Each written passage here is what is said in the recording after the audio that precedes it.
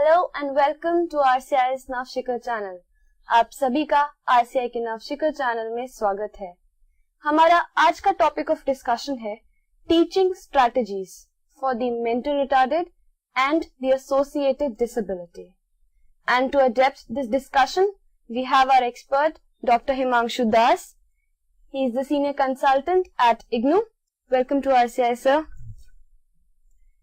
For our viewers, if they want to ask any question or if they want to share any information regarding this topic, they can contact us at our toll-free number 1800-11-2008. Our phone number is 265-11613. Our fax number is 265-11609. Moving on to this topic for today, the different teaching strategies, that is, the different methods, the different ways that a child, a mentally retarded or a child with different kind of disabilities can be taught or can be made aware of according to their environment, according to their possibilities. This is what we're going to discuss today. So, sir, what do we start with today? Okay, let me just try to talk to you special education strategies in relative terms. Delete the word special. Let us take it as general education strategy. Do all teachers teaches the children in the same way? No, definitely not. You love one teacher because that teacher teaches you in a different way. You don't like another teacher, that teacher doesn't like teaching you in a certain way. There also you have individual variation.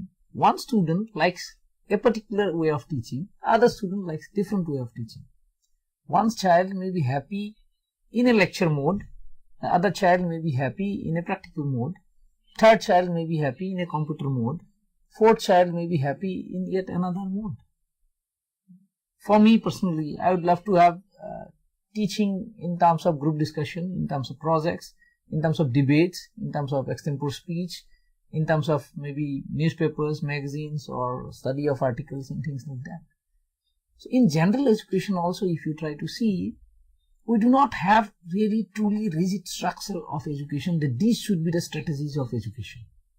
Similarly, although we have certain sort of fundamental principles or fundamental strategies in special education, but over and above all strategies, let us try to understand that every child would require an individualized strategy to have the child's potential to be utilized to the fullest of all extent.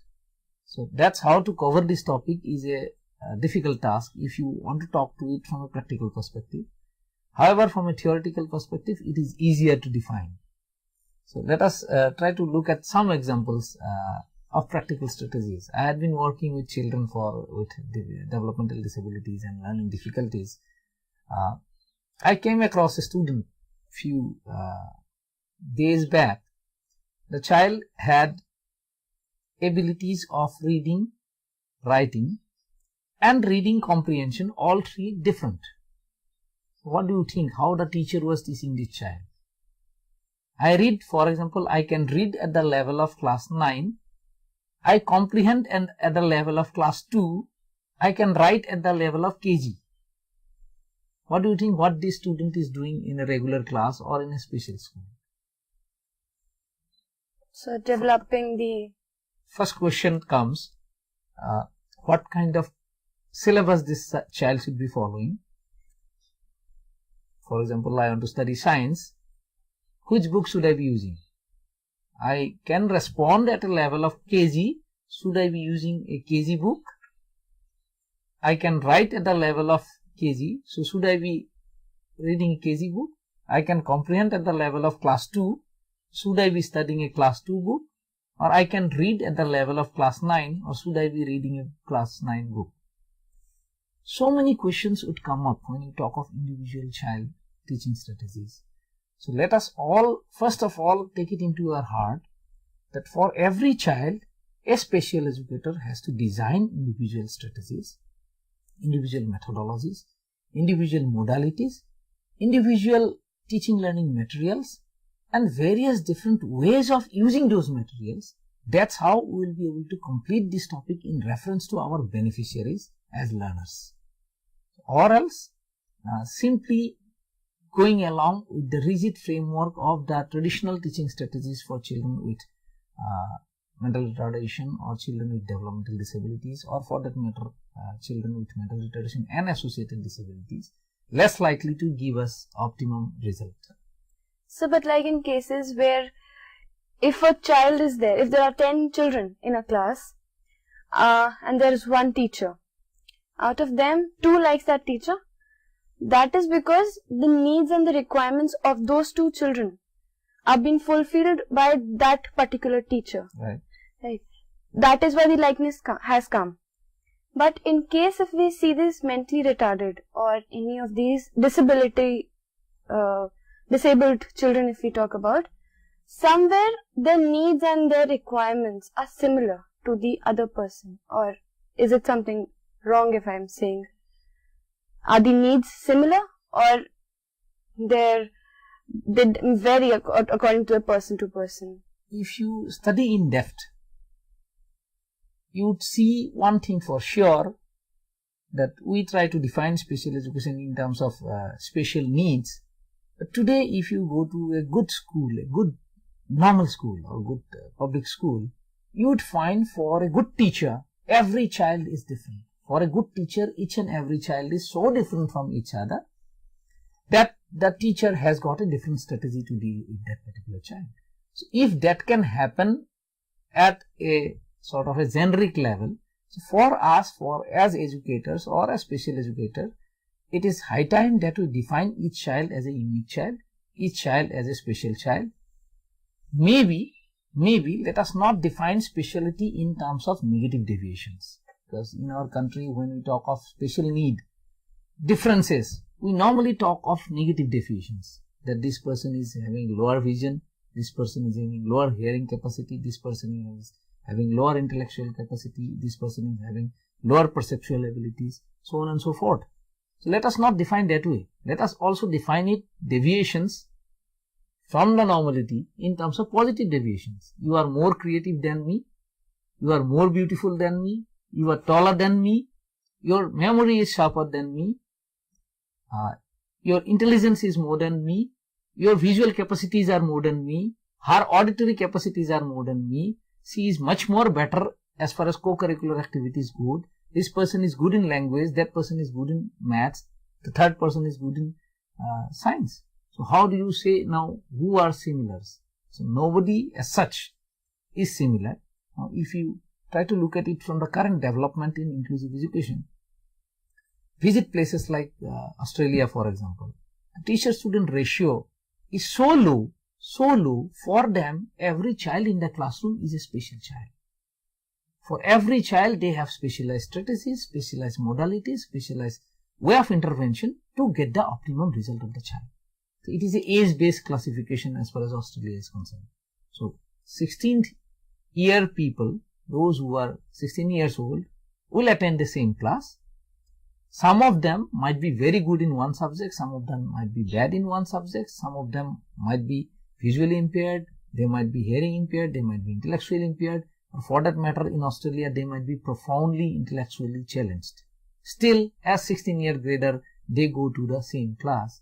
And whenever question comes of doing something, for example, it's a sort of a physics class, the best of the student might be work on a very high-tech formula on, for example, law of conservation of mass, based at, for example, MSc level as far as Indian curriculum is concerned. At the same time, few of the other students are doing at, for example, graduate level as far as Indian curriculum is concerned on the same concept. Some of them might be doing it at 10+2 level, some of them might be doing it at class 10 level. There might be one kid sitting in the class who is doing it at just nursery level, taking a ball of dough, just pulling it apart, making it a sort of chapati, and then making it ball, and then trying to make it a snake. The concept is same for all of them. The concept is law of conservation mass for all of them, doing at class nursery grade or doing at master's grade. The second subject comes in, it's not the same story for everybody. The second subject comes in, the story might be different from each other. So depending on the aptitude, interest, abilities, disabilities, host of other factors, the whole syllabus might differ. That's how the concept of teaching strategies is ever changing, and hopefully in times to come we would always talk in reference to teaching strategies in relation to a regular classroom, in relation to a normal classroom, wherein each and every student going into that classroom, irrespective of their strength and weaknesses, will enjoy and will benefit from the teaching strategies that are being used globally inside the classroom. That is what is the current trend in the teaching strategy thing. And my sort of proposition to all my viewers is that to look beyond this periphery of special school and sort of segregated schools, and try to look from the periphery of inclusive education, from the looking it from the point of view of an inclusive society, and then define those regular teaching strategies and our special education strategies, and then mold them in the appropriate way, so that in the general education, in the mainstream curriculum and the inclusive education system, we can have a mixture of both the teaching strategies going on together, benefiting the regular student, benefiting the more intelligent or the more creative students, at the same time benefiting the children with learning disability, benefiting the children with intellectual impairment. So in cases I've seen that many of the parents, they don't want to put their child into a special school, because the reason they give is that they think that if a child is kept in a classroom where the intellectual ability or the IQ of the children are a little higher, so the child will look up to that high point and will try and improve. But if the same mentally retarded child is kept among those retarded children, then in that case the child's limitations remain that only, कि सामने वाला अगर the person child is doing this way, so I'm no wrong, I can also do this. So the improvement is seen a little less. That is what the parents say. This is what I've seen it as a practical way. You are right putting up that question, in a sense that everybody would like to be with the people, those who are better off than them, or those who are equals. Everybody would like to be in a better off environment. Nobody would like to be segregated. Nobody would like to be going into a segregated environment where facilities are poorer or you do not have what you demand. But let us see, we are at the stage of evolution. Let us see, we are at the stage of evolution. Even states like US are in the state of evolution. So today, if you talk even of US, all the service delivery models in the field of special education rehabilitation, be it residential school, be it full day boarding school, be it day boarding special school, be it integrated school, be it inclusive school, be it shadow teaching, be it special class inside a regular class, be it part-time special class, be it sort of a resource room model, whatever models do you see in special education, all these models you will find in the process of evolution would have to coexist for maybe a little more duration of time, till we evolve the correct strategy of mixing up both the strategies together. So last year I had been reading some of the articles. I had found the best voted model in US was the homeschooling model, for example. Many of the parents are opting for homeschooling models, and irrespective, there is no question of disability. There are people from the, there are few groups in the Islamic group, there are few Christian groups, there are few Hindu rigid groups, there are few children with disability group, there are children with creativity group, there are children with intellectually above average group. Many of these people were opting for a homeschooling model. So it is very difficult right now to say or to counsel a parent which model is doing well, which model should be doing well. One thing we all agree, that we must proceed towards an inclusive model. Should not isolate them. Should not isolate them. That is our philosophy. We have to achieve that. But till we have a sort of a total package to fulfill the needs of our children, certainly it's because of the demand of the beneficiaries. It is because of the demand of the parents only that other models would have to coexist. If everybody would love to go to a integrated school or an inclusive school, why they are a special school? There would not have been special school. We also do not want special school to exist maybe. But we have to have them because it is again the demand of the beneficiaries. So let us look at it from a different perspective now. So once things in the evolutionary process will improve, choices of the beneficiaries will improve, gradually our choices will change towards more of inclusion and lesser of segregation, and a day will come, then you will see maybe coexistence of all these models will be skewed towards more of inclusive education and less skewing towards maybe special school or residential schools. So in these, if we take the different methods, if we talk, the strategies, the teaching strategies, you said that they vary from individual to individual. Right? But there might be some key points that we need to keep in mind. Definitely, yes. Some like, they require some kind of different, we need to mold different curriculum for them. Sure. And some of these like points if we have. First of all, the advice that we give to any sort of learners, trainers of the learners, the first advice that is given is basically you have to know the task that you want to teach from its depth. So whatever you choose to teach, whatever you choose to teach, the first duty of an educator is to know the task very well.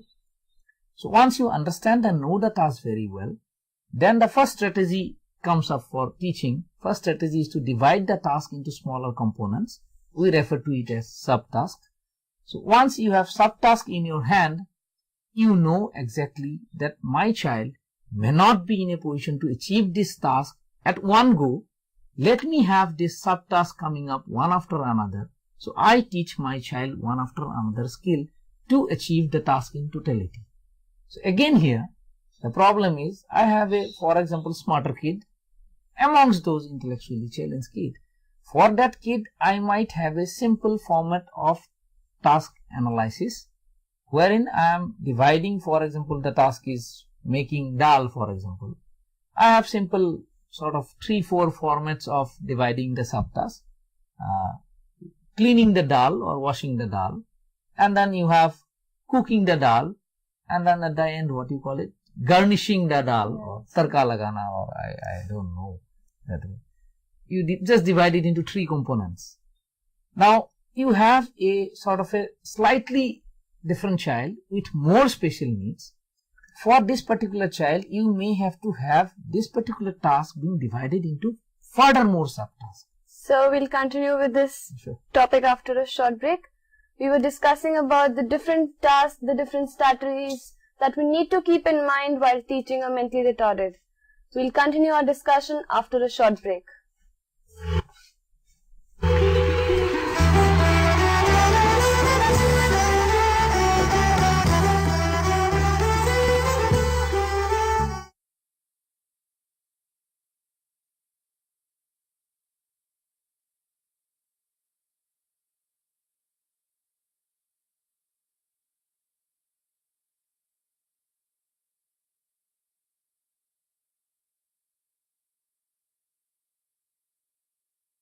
The chief handicap of the blindness is not blindness, but the attitude of seeing people towards them.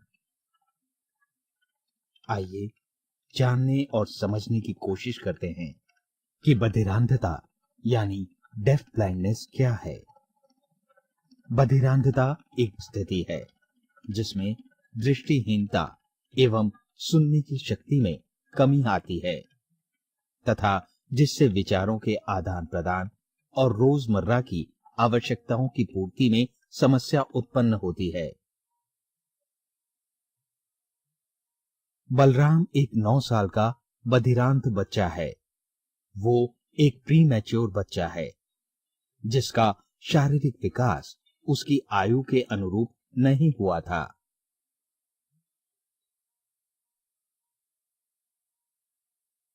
वो एक निम्न वर्गीय श्रेणी से संबंध रखता है तथा 5 साल से लगातार national association for blind Delhi के प्रशिक्षण कार्यक्रम से संलग्न है।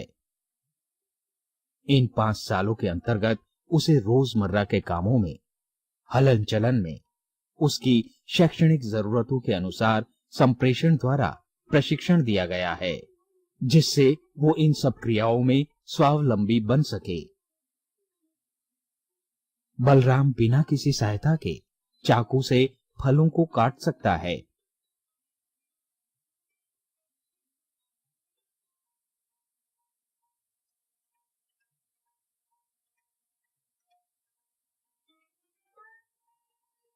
उनके छिलकों को कूड़ेदान में डाल सकता है।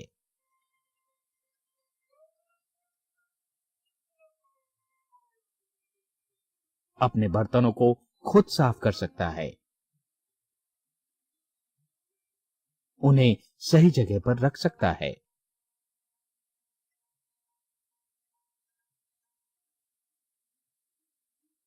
सही बर्तनों का चयन करके खुद खाना खाता है।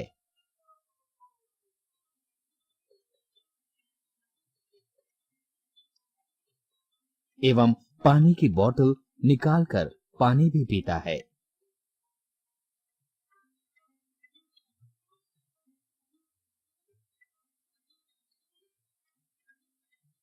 इन सभी क्रियाओं में वो टेक्चुअल साइन लैंग्वेज से निर्देशों को ग्रहण करता है और अपने भावों को व्यक्त करता है।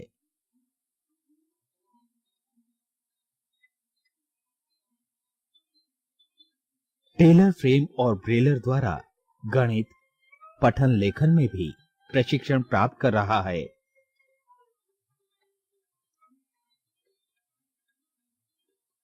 सभी बच्चों की तरह उसका भी एक मनपसंद खेल है। उसे सेलफोन को अपने कानों पर लगाकर उसका कंपन महसूस करना अच्छा लगता है। कहा जाता है, walking with a friend in dark is better than walking alone in light. कहने का तात्पर्य है कि वो लॉन्ग केन ट्रेवल, टैक्टाइल पाथ,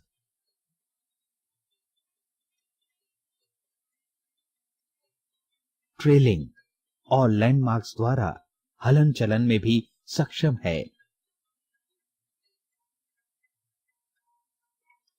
और व्यायाम संबंधी क्रियाएं जैसे ट्रेडमिल, स्टैटिक साइकिल का स्वचालन भी कर सकता है। कहा गया है, the best and most beautiful things in the world can not be seen or even touched, they must be felt with the heart.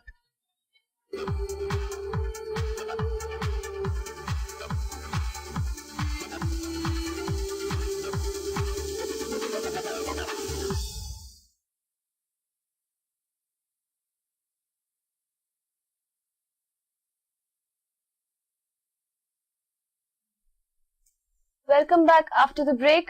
Before going on to the break, we were discussing about the different teaching strategies. Now we'll further continue with Sir's example. We are referring to task analysis. So here we had an example of a smarter kid, a child with milder intellectual impairment. Hence we divided the task into just 3 subtasks. Now we have a slightly more intellectually challenged child with maybe lesser IQ or lesser ability. Here we are dividing the same task into maybe more subtasks.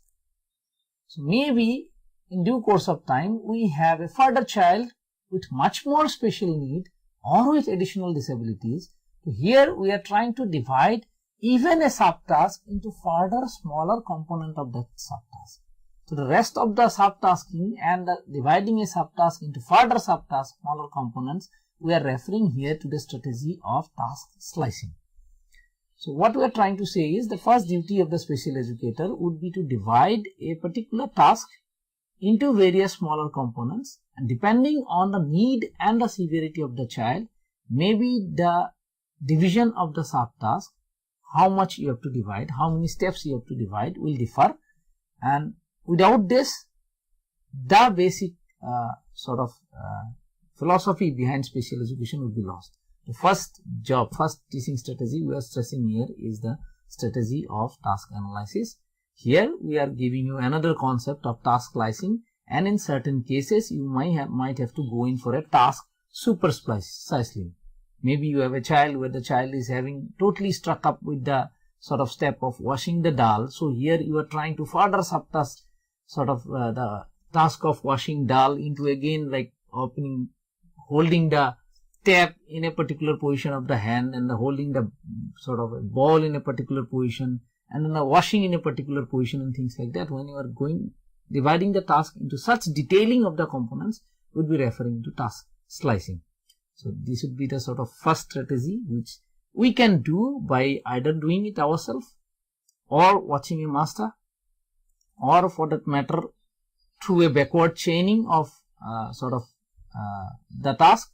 And lastly, we can even do it through a system of brainstorming. We can just have a thought in our mind and then try to analyze a task in our mind. That we would refer to as maybe brainstorming. So these are the 4 different ways by which we can do a task analysis or a task slicing.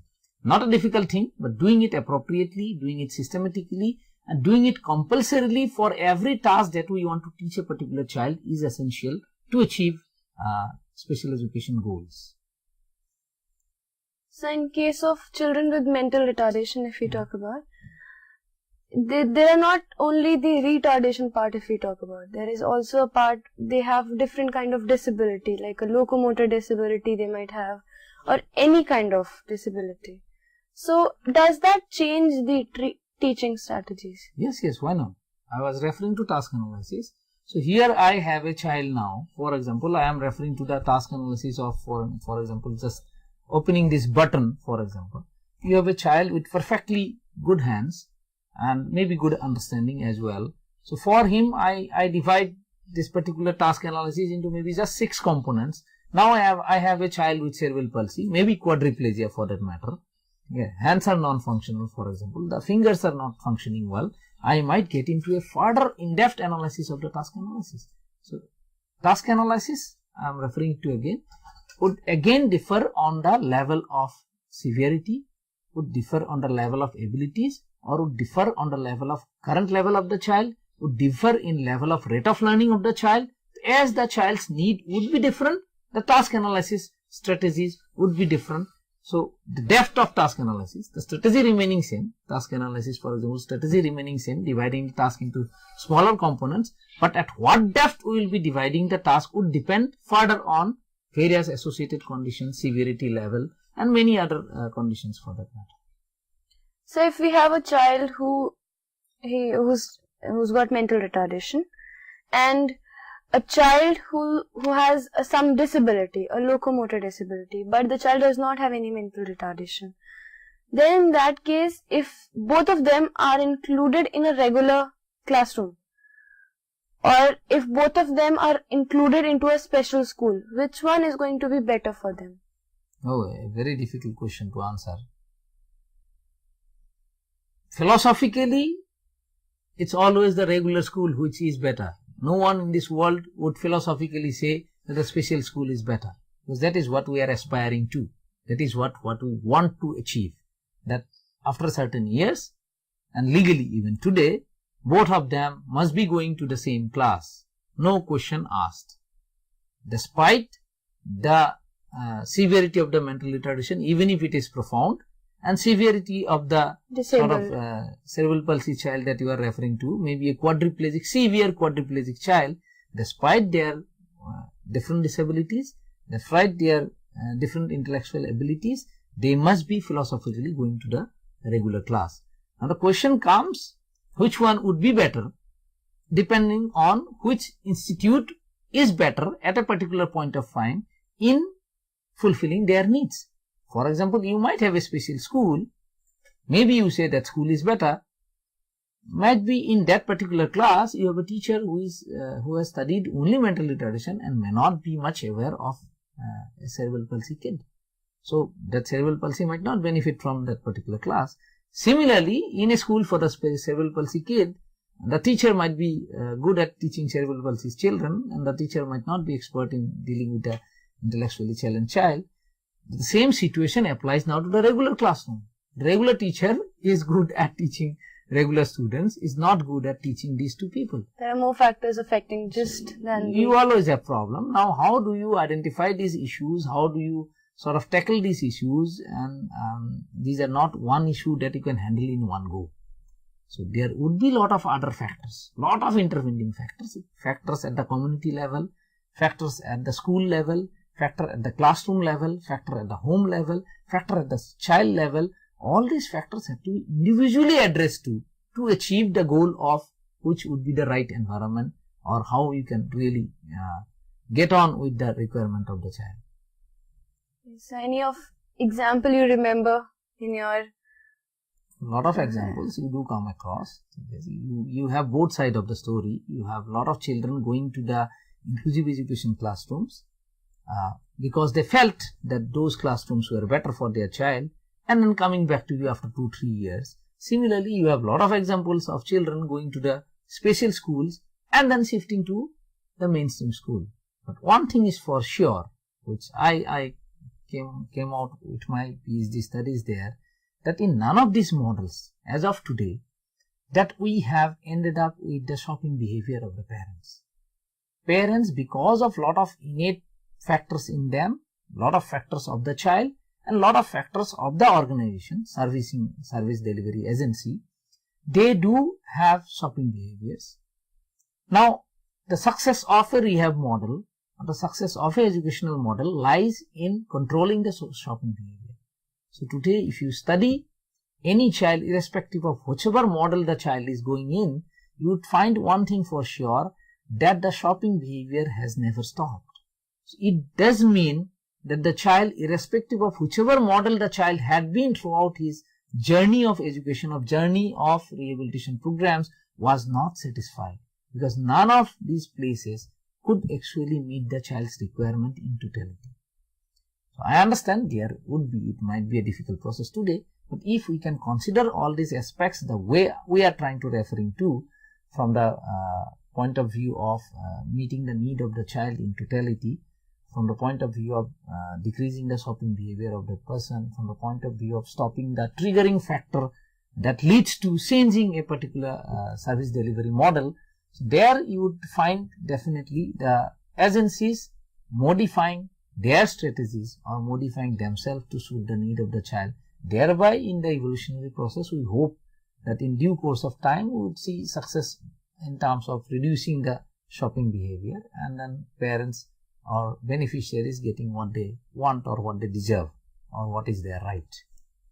So lately I was reading an article. It said that an experiment was done on 2 children.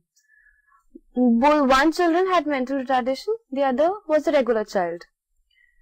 The regular child, during his critical period, the 0 to 3 years of age, he was not given much of exposure, he was kept in isolation, if we say.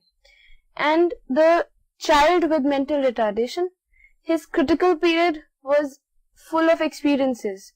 There was a lot of learning, there was a lot of involvement of the parents, the societal, no matter the societal involvement was not that good, but yes, he was exposed to different things.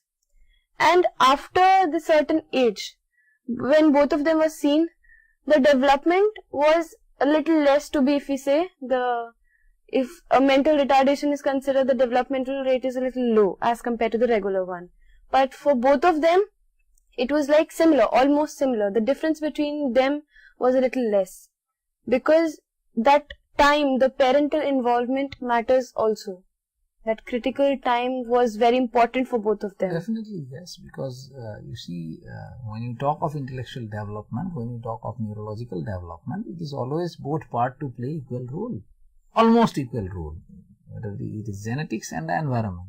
So if you have good genetics, no environment, you will have bad results. If you have good environment, poor genetics, still you will have poorer results. Definitely, but what we try to focus here is genetics you could not do much. So what you can do much is about the environment. So irrespective of disabilities, irrespective of abilities, you try to do the best of the environment that you can their child is born. Even today we talk of even before the child is born, we try to give a good environment to the child. We refer to these days not as education plus 10, 12 or graduation. We refer to the fact that we use the word life cycle education or lifelong education. So we always focus on this issue that environment should be always good enough to help a person sort of evolve his potential throughout life. I had been to this special school. So there I had seen some of those teachers, they were beating a child with mental retardation. He was cerebral palsy case. So the teacher was asked that, why are you beating? There is no point beating. The child's comprehension is, he's not able to comprehend as like you can. So the teacher was so frustrated. She was like, they don't understand till we beat them.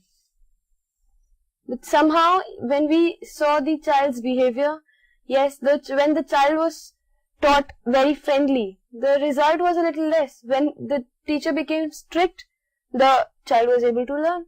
The child was responding to whatever the teacher was saying. So somewhere, is it wrong or is it right that this attitude has been It's a complex thing that you are trying to discuss, but let me tell you certain things very clearly and very precisely. It's not only the teacher, no one, even parents, do not have right to physically abuse your child. So the chapter closes there. There is no question whether that was right or not. So legally, even parents doesn't have that right. So forget about teacher having that right. So that chapter closes there. Now it is understood a child who had been sort of traditionally been beaten, been hurt, been abused, learns to do things once the child is abused. So that it becomes a habit. So how a clinical psychologist or how a teacher or how a school management system would evolve different behavioral strategies, different behavior modification strategies to correct such children who are tuned to do things while getting heated or beaten. Right?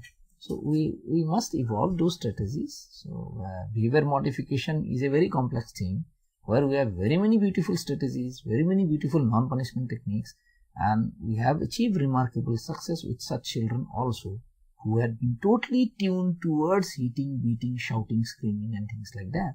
But with good special education and good behavior modification strategies, we have found a lot of success in such children also, because from the inside of a person, everybody loves to be loved. Nobody loves to be beaten or kicked off.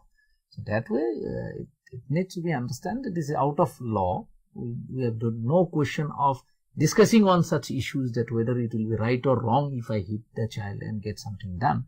So let us, we agree with this fact that this particular child is tuned to do things in a certain way. So let us consult psychologists, let us consult good special educators, let us consult good devices and see what best we can do. So if you can just tell us some of those behavior teaching strategies, modification strategies, if you remember some. Oh, we have a lot of strategies, but today we are propagating. Earlier we used to sort of advise people to go in for all the strategies that we came across in behavior modification. They would cover things like timeout, things like response cost, things like mild aversive stimulus, and so on and so forth, a lot of techniques. Today we are trying to train educators on primarily two strategies. The first one is changing the environment, changing antecedent or restructuring of environment. Most of this problem originates because of the problem in the environment. So we are trying to sort of train people in sort of modifying the environment and changing the antecedents of a particular behavior. Second, techniques which was not being used or was not being focused much earlier, today we are trying desperately to focus on that part, is the component of differential reinforcement. Whether it is differential reinforcement of other behavior, whether it is differential reinforcement of alternate behavior, incompatible behavior, low rate behavior or whatsoever, we are guiding people so that these differential reinforcement techniques could be used much more, and other punishment techniques could be restrained to the maximum possible extent. So as legally it is very difficult today to use punishment techniques, so let us restrain ourselves to these two techniques primarily and focus more on good special education strategies, good antecedents and good differential reinforcement to achieve the optimum results. This is for our viewers. If they want to contact us regarding any of their queries, or if they want to share any information with us, they can contact us at our toll-free number 1-800-11-2008. Our phone number is 265-11613. Our fax number is 265-11609. So, sir, in cases like where we see a child is beaten, or like we just discussed about, maybe it's due to that, the child is a little scared that if I'll not perform this so and so activity, the teacher will beat me. This even makes an impact on the child's mind. Does that happen? Or it happens? It happens often, very often, with even regular kids. Very often. In psychology, you define this in terms of negative reinforcement. So, to avoid a particular bad environment, to avoid punishment, I perform. To avoid punishment, I perform. If that is the case, negative reinforcement is allowed. Negative reinforcement is allowed in clinical psychology. Negative reinforcement is allowed in special education. So, if it is up to the level of using it as a negative reinforcement, it's fine. But when you take it to the other side of the story and you take law in your hands, then it will not be advisable. Okay, let us now come back to what special educators needs to do second. First, I referred to you that the special educators must do the task analysis properly. And the second part, the second thing that you need to do is have your thought clear about whether you are going to teach the task in the ascending order, in the descending order, or in a mixed order. So, you have the steps of the task now with you after task analysis. Now, you go in for a study whether you want to start the first task first and gradually move ahead till the last task teaching, or you want to start the last task first and gradually move ahead and reach the first task at the last, or you want to have a mixed format. For example, I want to teach the skill of, wearing a socks. So, I have option of taking the first step first, hold the socks like this, then put it on your toe, then pull it up to a certain level, then pull it further, then pull it further. This would be teaching the first step and going ahead till the last step. So, we will tell it as forward chaining. So, we are linking the task for our teaching purpose. We are linking the task, and this is the way I am going to teach this particular child after linking the subtask that I have done in my task analysis. This particular system I would refer as forward chaining. Now, another teacher comes, no, this would not be right. What we do is, let us help the child, wear the socks to a certain level and let the child pull it after that. That seems easier, that seems cooler, because the difficult job is over. I need to only pull at the end of it. Then after a few days, you move little back. After a few days, you move little back. So, maybe this is a better effective technique with a particular child. So, if you try to chain the task in this particular way, link the task in this particular way, where you are teaching the backside of the skill, the last of the skills first, and then gradually moving towards the first skill, we will refer it to as backward chaining. Now, for example, you have a child, you are, for example, teaching brushing. Now, in between, you have selected, you will teach front teeth brushing, and then you say, I'll take up now spitting, or I'll take up now washing the face or cleaning the mouth, and then I'll teach the first skill of opening the toothpaste, lid of the toothpaste, and putting paste in the brush, which seems to be a difficult task. The child may be wasting this thing. So, I take the first task at last, I take a middle task at first, and I take a last task to the middle. If you have a mixed sort of a format of linking the task, then you will refer it to as sort of mixed chaining. So, this is the second duty that a special educators must do, task analysis, and then from your teaching the child's perspective, you link the task and have a format with you ready. These are the steps, this is the way I am going to teach this particular child. This particular strategy we would be referring it to as chaining.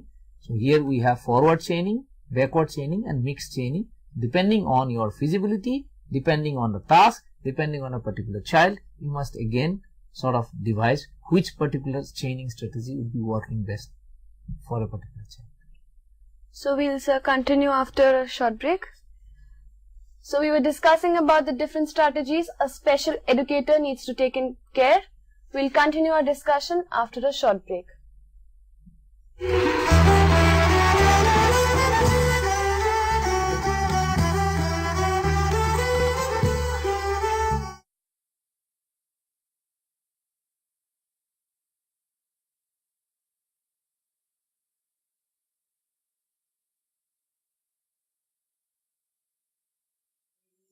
हम होंगे कामयाब, हम होंगे कामयाब, हम होंगे कामयाब एक दिन।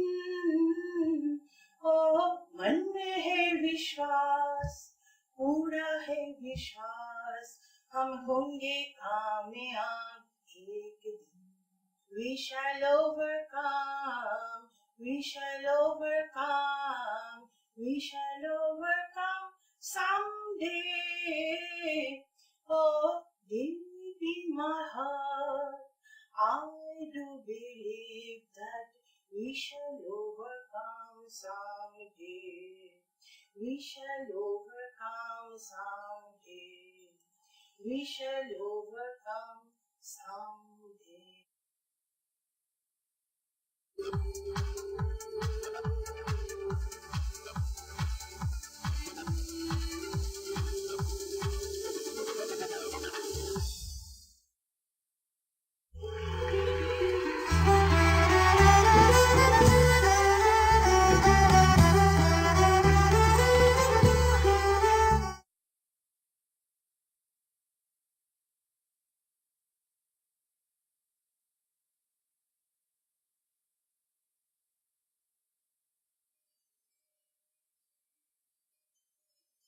ऑटिज्म एक व्यापक विकासात्मक विकलांगता है जिसके लक्षण जीवन के प्रथम 3 वर्ष में ही दिखाई पड़ते हैं, जैसे असंगत खेल, असमान स्थूल एवं सूक्ष्म गामक क्रियाएं, शाब्दिक संकेतों पर अभिव्यक्ति न देना। देखो, ओपन योर आईज, ओपन करो, ओपन करके ओपन। नियमित कार्यक्रम परिवर्तन का विरोध करना एवं अवलोकनीय शारीरिक उच्च स्तरीय या निम्न स्तरीय क्रियाकलाप। UNCRPD 2007 सेक्शन 1 ऑफ आर्टिकल 4 निशक्तता के क्षेत्र में कार्यरत प्रोफेशनल के प्रशिक्षण पर महत्व देता है। ऑटिज्म के क्षेत्र में सरकारी एवं गैर सरकारी संस्थाएं कार्यरत हैं, जो भारतीय पुनर्वास परिषद द्वारा पंजीकृत हैं। Society for advance study in rehabilitation एक ऐसी ही गैर सरकारी संस्था है। कनिष्क 13 साल का एक ऑटिस्टिक बच्चा है जो इसी संस्था से प्रशिक्षण प्राप्त कर रहा है। असंगत क्रियाएं, कार्यकलापों में निरस्ता,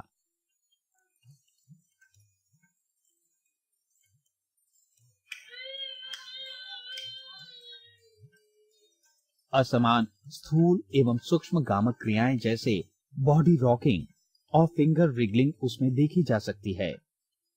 उसे मैचिंग और पेस्टिंग, पॉइंटिंग जैसी क्रियाएं सिखाई जाती हैं। Very good.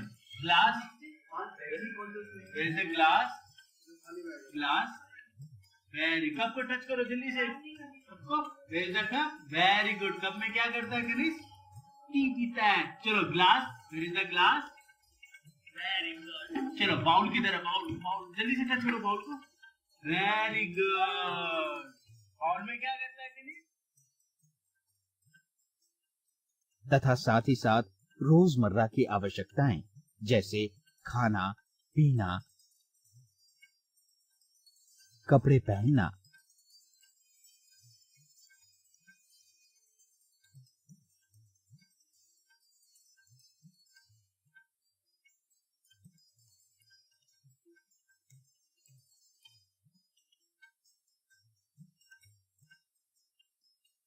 और व्यायाम संबंधी प्रशिक्षण दिया जाता है। ऑटिस्टिक बच्चों को भिन्न भिन्न प्रकार की कार्यविधियां उनके स्तर के अनुसार सिखाई जाती हैं। जैसे कुछ बच्चों के लिए colouring with in one area, matching and identification, fine motor skills, I hand coordination, concept of vegetables, fruits, body parts, colours पर जोर दिया जाता है तथा कुछ को प्रश्न पढ़ के उत्तर देने में और रोजमर्रा की आवश्यकताओं को पूरा करने में सक्षम बनाया जाता है। इसके अलावा राइम्स, डांसिंग, सिंगिंग द्वारा लेजर एंड रिक्रिएशनल एक्टिविटीज में भाग लेने के लिए प्रोत्साहित किया जाता है। इन सभी कार्यकलापों एवं प्रशिक्षण का एकमात्र उद्देश्य उन्हें स्वनिर्भर बनाना है, ताकि ये डगमगाते पांव सक्षम बन जीवन के एक एक पायदान पर दृढ़ता से आगे बढ़ें और अपनी मंजिल को पा लें। एक तारा टिमटिमाता, उसने आकाश को छू लिया। एक लौ जली कहीं, उसने अंधकार को मिटा दिया।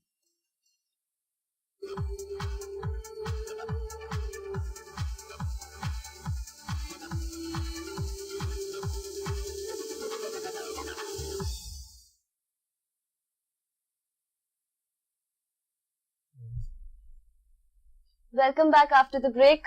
Before going on to the break, we were discussing about the different strategies that we need to keep in mind, the special educators need to keep in mind while teaching children with mental retardation or any associated disability.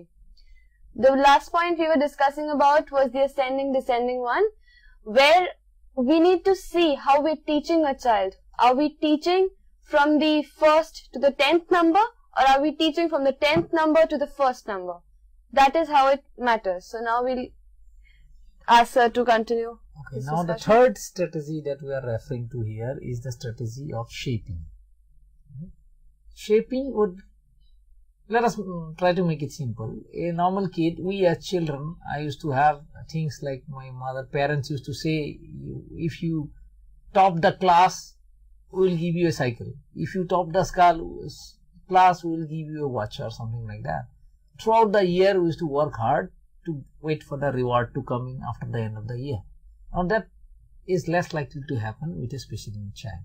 So here what we are trying to say here by the word shaping is, every move that the child makes towards the goal, towards achieving the goal, or every successive approximation towards the goal, whenever the child would attempt anything or do the task which is anyway is even 1% better than where the child was tomorrow, it means the child is towards the goal, even if it is by 1%. So it is our moral duty to extremely reward or reinforce the child even for that successive approximation of 1%. So that is what we are trying to refer here is shaping, because while taking care of regular kids, we do forget to reward them, or we do forget to reinforce them optimally or intermittently. So here where we are dealing with special needs children, we refer to the fact that you must have this thing designed in your sort of teaching methodology or teaching frame of your mind, that you need to really be reinforcing, really be cautious about the child's performance at every step. Whenever the child performs anything better, you immediately sort of reinforce the child. So that we would refer to as the third strategy in special education, shaping.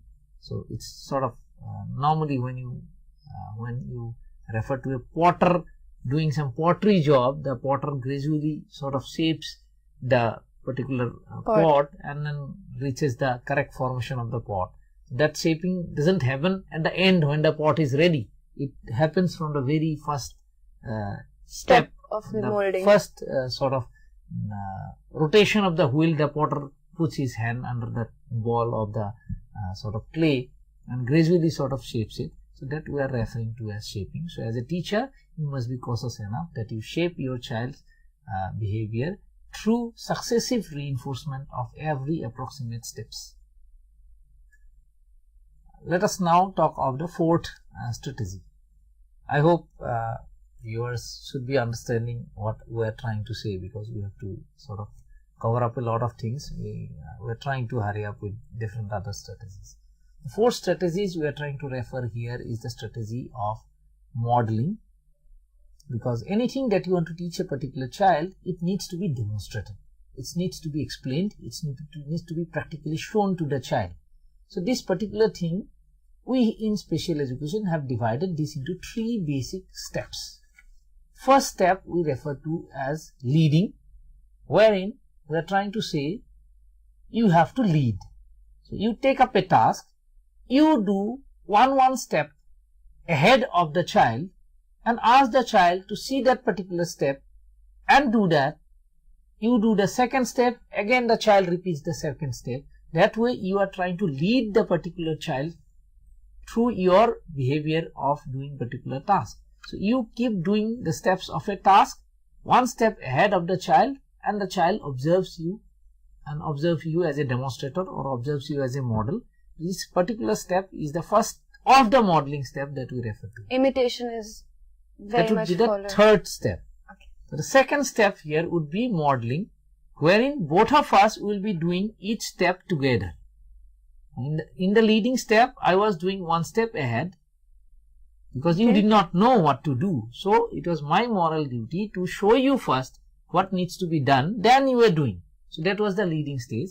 Once a particular number of sessions you have dealt in the format of leading, then once the child is aware of a particular step, then you are trying to do every step together. So when you are doing each step together, the sort of model or the teacher and the child, when you are doing each step together, we will be referring it to as modeling. The third step here would be, once the child is exposed to modeling techniques for our certain session, in the third session, you do all the steps of the task. Let the child imitate all of the task.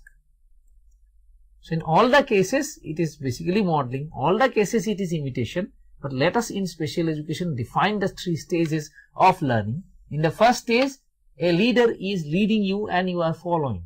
Second stage, both of us doing a particular task together. Third step, you do the whole thing. Let me see. I perform it all over again. So that would be a difficult step in terms of all these steps if you combine together. So how a teacher would expose the child or plan the child's exposure program in these three formats of leading, modeling and imitation would comprise of the strategy of modeling, which is one of the sort of most effective modality or most effective strategy in especially in children. However, it is again advisable which model to select.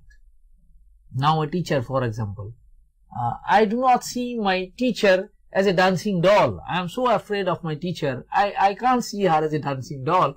Now that particular teacher models me a dancing step. It's so very difficult for me to really copy her or to follow her.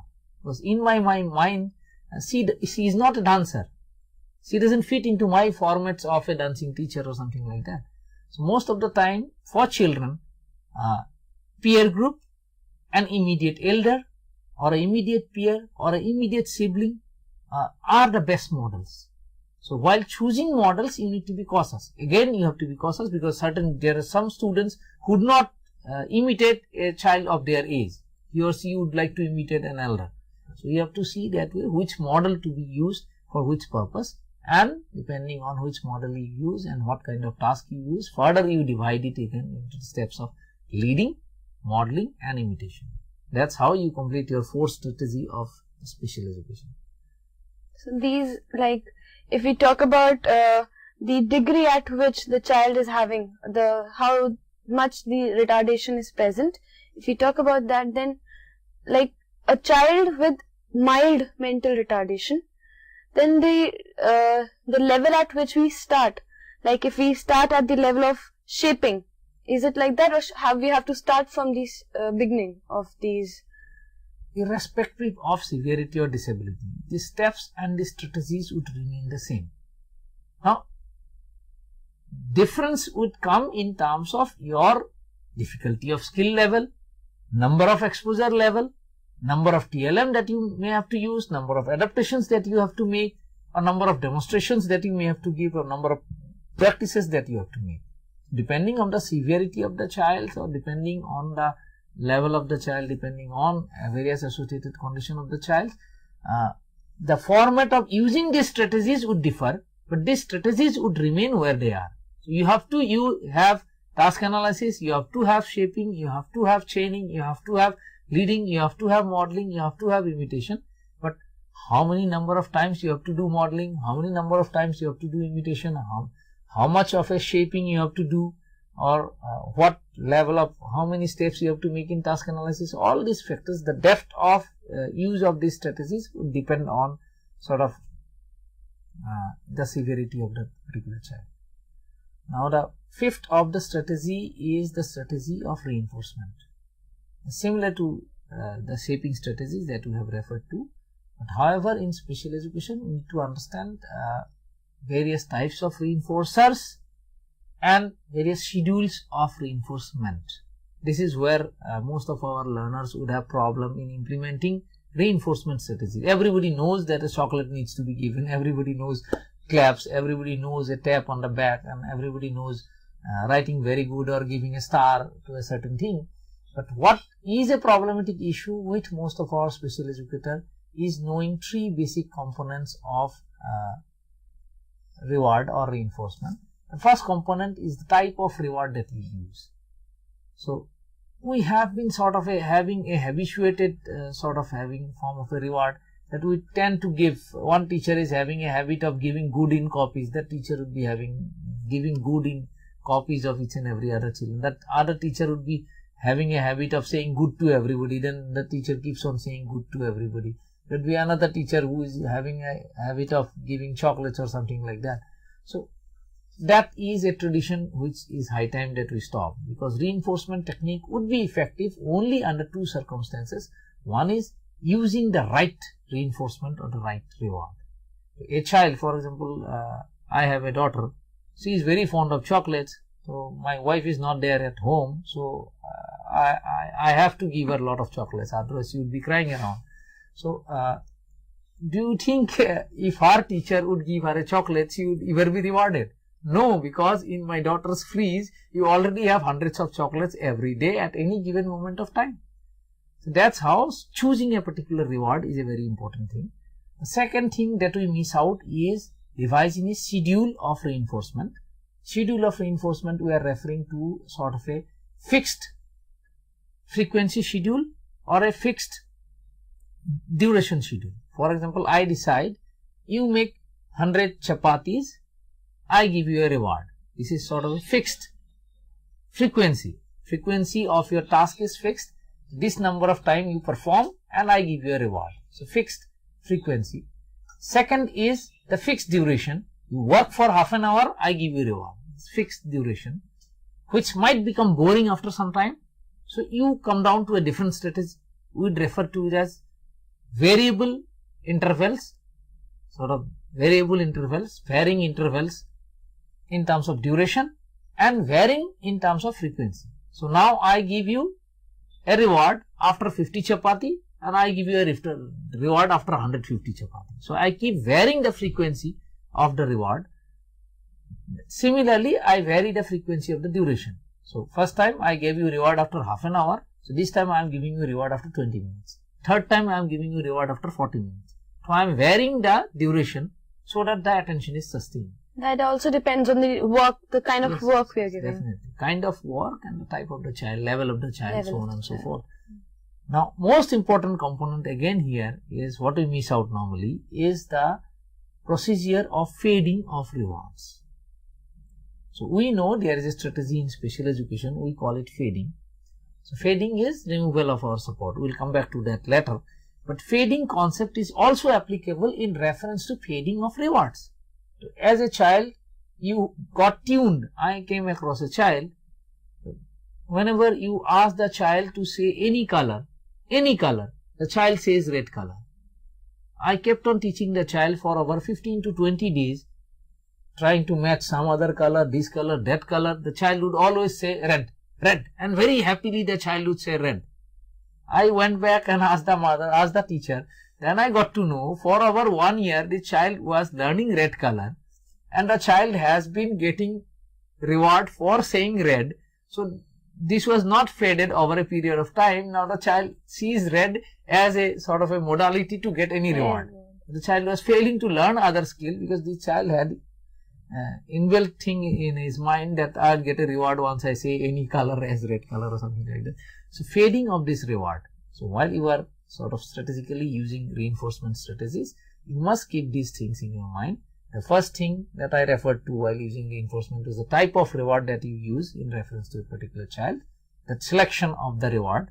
Second is the schedule of reward delivery that you are trying to talk of. Third was fading of the reinforcement of the reward. Unless you incorporate these three things in your reinforcement strategy, the results may not be very promising. Now the next strategy here we are trying to talk of is the strategy of prompting. Any question that you want to ask, ma'am? Sir, like we had talked about like fading the type of. In this case, if we're reinforcing a child to do this particular work, and the next time if we change the reward and we change the work we've given, that kind of will not create a wrong impression on the child, like they are giving me to do this, then the child might forget the earlier work.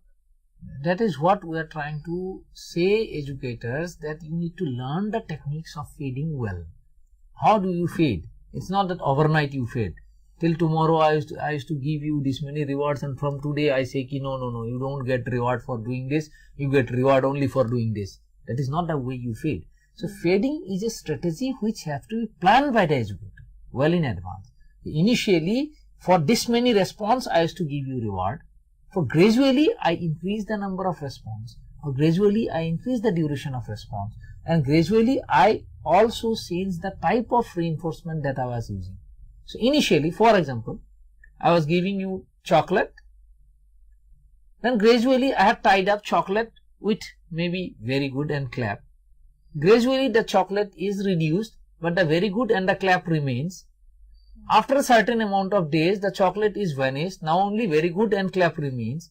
After a certain days, the clap got removed. Only the very good remains. After a certain days, very good also comes once in a particular time, because the child has learnt a particular skill till now. Now the child has achieved the stage of acquisition. We have learning various stages. Acquisition is over now. Fluency building is over now. Now you are working on maintenance of a task, or you are working on generalization of a task. So gradually you have changed not only the frequency, not only the duration of giving the reward, but also the type of the reward. So that way, if you devise a strategy of fading, then you do not have problem of starting a reward for another skill. Otherwise, today you are giving reward for a certain thing, tomorrow you stop reward here and start giving reward there. Is not the right strategy. That's how using this particular technique of fading of reward is an important component in our strategy that we need to sort of learn. So moving on to this prompting. Okay. Now prompting is a sort of a literary term. We are trying to say here categorically just one word against prompting, that is a sort of a temporary assistance. Prompting is a strategy which is referred to as a temporary assistance. Temporary would refer to whenever required or as required, or anything which is planned for a shorter period. Temporary assistance provided to a child depending on the need of the child while learning a particular task or while starting to learn a particular task. Now I started doing a particular task. I was not competent to do that task. So initially maybe you physically helped me to do that particular task, but you had in your mind that you were offering that physical help for a temporary period. So you are not going to continue with that help forever throughout your life. So we are trying to say here, this would be referred to as physical prompting. A physical assistance being given to a child to learn a particular task, to do a particular task. Gradually, depending on the child's requirement, you might move on to gestural prompting, you might move on to verbal prompting, and gradually you sort of go on reducing the level of prompt. At the end of the time, you reach a level wherein just a clue as a prompt, is quite enough for the child to perform.